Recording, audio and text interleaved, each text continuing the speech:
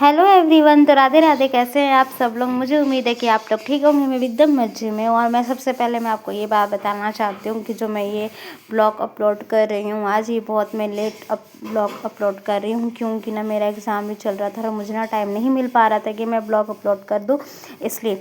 और मैं जा रही हूँ आज धुरंधर मूवी देखने के लिए, क्योंकि ये जो मूवी है ये तो बहुत ट्रेंडिंग में चल रखा है। तो मैंने कहा चलो भाई हम देख के आते हैं। और मैं यहाँ पे मैं और मेरी जो छोटे सिस्टर है हम यहाँ पे निकल जाते हैं फिर।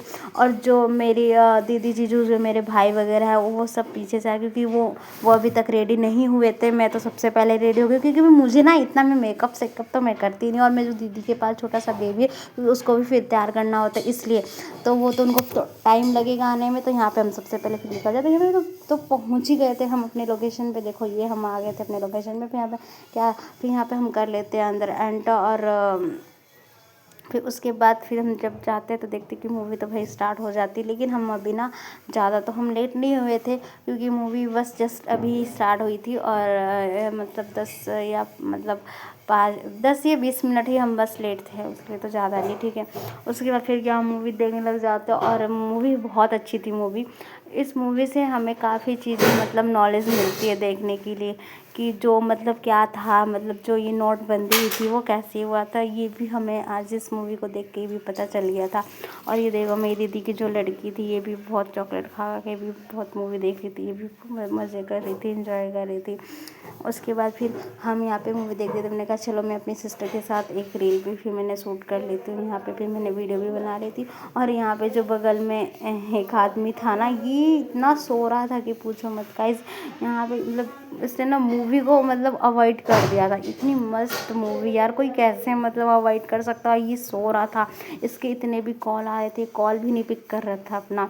फिर क्या, तभी उसके बाद मूवी भी लास्ट में ख़त्म हो जाती है। फिर हम यहाँ पे वो निकल जाते। फिर यहाँ पे मैंने लास्ट में एक रील अपना शूट कर लिया था। यहाँ पे फिर दिखती है कि बारिश होने लग जाती है और मौसम बहुत अच्छा हो गया था।